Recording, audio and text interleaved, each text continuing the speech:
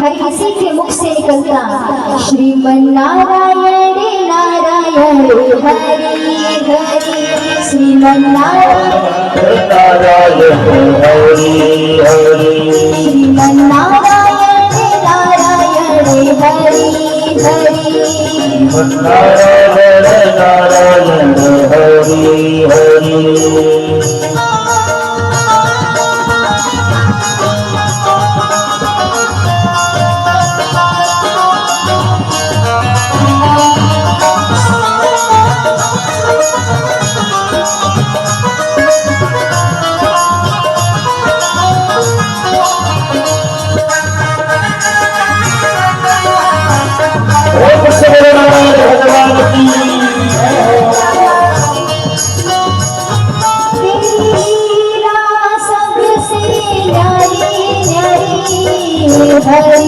हरि, लीला सबसे प्यारी प्यारी हरि हरि, नारायण नारायण हरि हरि, नारायण नारायण हरि हरि, नारायण नारायण हरि हरि।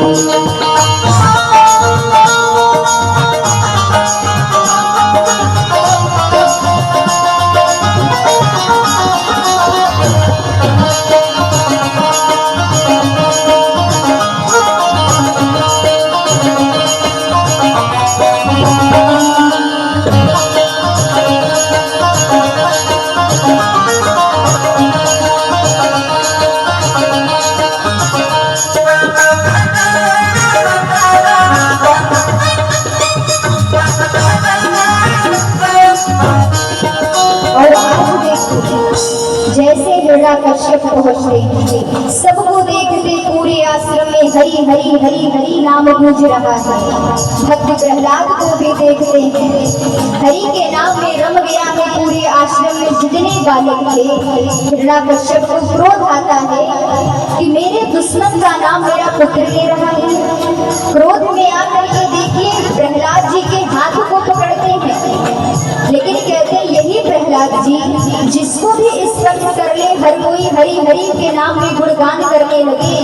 लेकिन हिरण्यकश्यप ने अपने पुत्र के हाथ को पकड़ा, लेकिन कहते हैं जैसे बिजली का शॉट लगता है, अगर करंट लगता है तो कहते हैं जिसने तार पकड़ा अगर उसी को आपने पकड़ लिया तो कहते हैं बिजली का शॉट बराबर लगता है, उतना ही करंट लगेगा, तार अगले को पकड़ने की जरूरत नहीं पड़ेगी।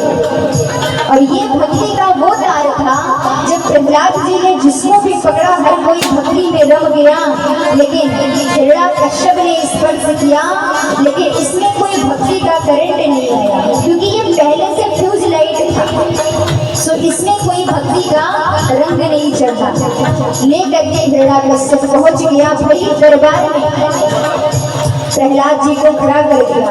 हिरण्यकश्यप ने कहा कि आज तक मेरे डर से मेरे भय से नारायण का नाम कोई नहीं लेता था मेरे राज्य में, लेकिन तुम मेरे पुत्र होकर के तुम मेरे दुश्मन का नाम लिए हो, इसलिए आज मैं तुम्हें मृत्यु दंड दूंगा। और जैसे ही पात्र मंगवाते हैं विष का प्रहलाद जी को पिलाने के लिए, माँ कयाधु बीच में आ गई। माँ कयाधु बीच में आकर के उस विष को पी लेती है। हिरण्यकश्यप ने कहा कि प्रहलाद तुम्हारे कारण तुम्हारी माँ की मृत्यु हुई है। प्रहलाद जी ने कहा कि मेरी माँ की मृत्यु क्या हुई, मेरी माँ तो भगवान नारायण के पास पहुंच गई। हिरण्यकश्यप ने अपने पुत्र को मरवाने के लिए हर कोशिश करता है, पहाड़ों से गिरवा देता है, लेकिन फिर भी प्रहलाद जी का कुछ नहीं हुआ। हाथी के पैरों के नीचे दबवा देता है, लेकिन फिर भी कुछ नहीं हुआ। सर्प की काल कोठरी में बंद करवा देते, लेकिन वहां भी जब प्रहलाद जी भगवान नारायण का नाम लेने लगे तो वो जो भयंकर सर्प थे वो भी नृत्य करने लगे। प्रहलाद जी को कुछ नहीं होता। हिरण्यकश्यप बड़े परेशान हो गए। उसी समय हिरण्यकश्यप की बहन आती है, नाम था होलिका। बहन का आना होता है, हिरण्यकश्यप ने सारी बात अपनी बहन से बताया। बहन होलिका ने कहा भाई प्रहलाद को मृत्युदंड मैं दूंगी स्वयं अपने हाथों। अब इसे आशीर्वाद कहिए या श्राप कहिए, होलिका को वो आशीर्वाद मिला था कि तुम्हारी मृत्यु ना अग्नि से होगी ना जल से होगी। होलिका ने कहा अग्नि में बैठ करके मैं प्रहलाद को मारूंगी, क्योंकि अग्नि से मुझे कुछ भी नहीं हो सकता। आज लकड़ियों का गट्ठर बनता है, उस पर आग लगाया जाता है। स्वयं आज बुआ देखिए अपने भतीजे को लेकर के गोद में जैसे ही जलते हुए अग्नि में होलिका जाकर बैठती है, भगवान का नाम प्रहलाद जी ने लिया, होलिका जल जाती है और प्रहलाद जी को कुछ भी नहीं होता है। भक्ति का ये वो प्रभाव है। होलिका की मृत्यु हो गई। कहते हैं होली से पहले जो होलिका का त्योहार हम मनाते हैं, ये उसी समय से ये त्योहार आरंभ हो गया जो संसार में सभी इस त्योहार को मनाते हैं। कहते हैं इस दिन पाप का अंत होता है, बुराई का अंत होता है और अच्छाई पर विजय की प्राप्ति होती है। यहाँ हिरण्यकश्यप को क्रोध आता है। हिरण्यकश्यप ने कहा कि आज मैं स्वयं तुम्हें अपने हाथों से मारूंगा और देखता हूँ कि तुम्हारा नारायण कहाँ है। आज हिरण्यकश्यप स्वयं क्रोध में आता है, एक एक खंभे को तोड़ना आरंभ कर दिया और पूछता है कहाँ है तेरा नारायण। प्रहलाद जी ने कहा हमारे भगवान नारायण तो हर स्थान में है, जल में है, थल में है, अग्नि में है, गगन में है, वायु में है।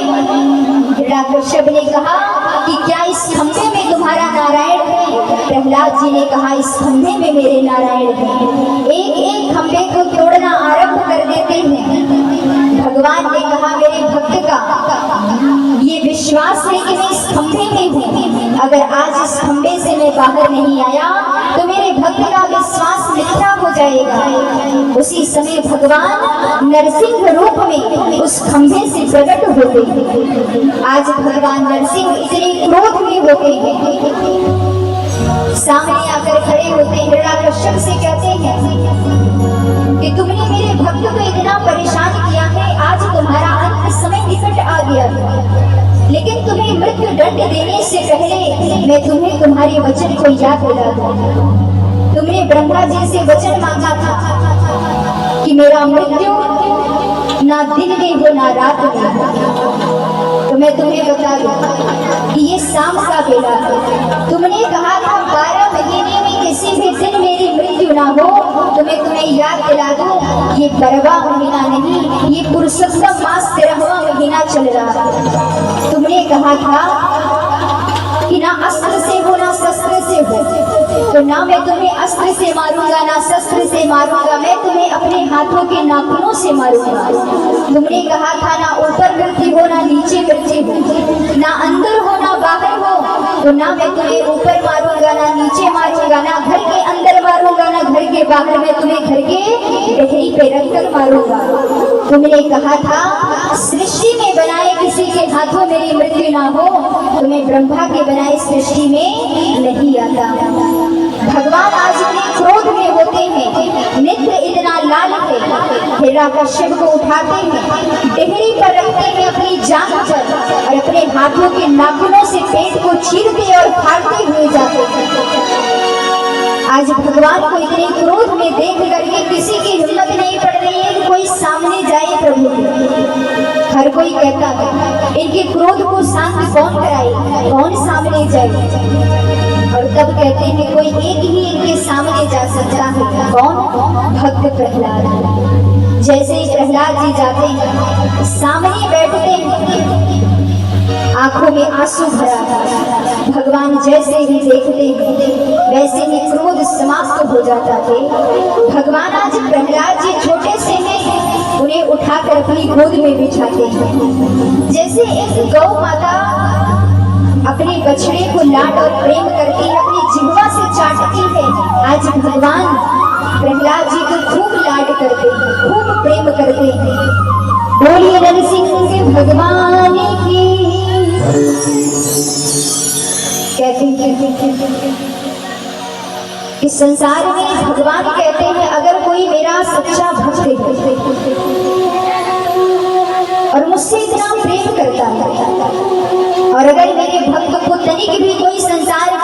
मानो अगर कष्ट देता है तो उसे इसी तरह दंड मिलता है। कहते हैं हिरण्यकश्यप की भी मृत्यु हुई। विचार करिए, हिरण्यकश्यप जैसे दैत्य के घर में प्रहलाद जैसे भक्त का जन्म हुआ। अर्थात कहते हैं भक्ति जो होती है, परमात्मा का नाम, अगर गर्भ से ही प्रहलाद जी ने भी भगवान की खूब भक्ति किया और उसी भक्ति का प्रभाव है। कहते हैं परिवार में कोई भक्ति करे ना करे, कोई पूजा पाठ करे ना करे, लेकिन अगर परिवार में एक कोई ऐसा सदस्य होता है जो भगवान की भक्ति करता है तो उसके भक्ति के प्रभाव से पूरे परिवार का कल्याण हो जाता है। लेकिन अगर आप ये कहो कि सिर्फ और सिर्फ हर कर्म हम स्वयं अकेले करें, पूजा पाठ जप तप सब हम करें और उसका फल पूरे परिवार को मिले, तो वो नहीं हो सकता। कुछ अंश मिल सकते हैं भक्ति का, लेकिन अगर आप कहो कि परिवार में कोई पूजा पाठ जप तप ना करे, कोई दान धर्म ना करे, जैसे कई बार होता है पुरुष कहते हैं हमारी पत्नी पूजा पाठ कर ले उसका फल हमें मिल जाता है, तो क्या ऐसा हो सकता है? पत्नी पूजा करे तप करे, पूरे दिन भूख प्यास से बैठी रहे, स्वयं तप करता है शरीर जिसका उसी को फल मिलता है, और कहोगे पति को मिल जाए तो किसी और का किया हुआ कर्म, किसी और का किया हुआ जप तप पूजा पाठ दूसरे को नहीं मिल सकता है। भोजन जो करता है उसी का पेट भरता है, ये तो मात्र कहने की बात है। हाँ, अगर पत्नी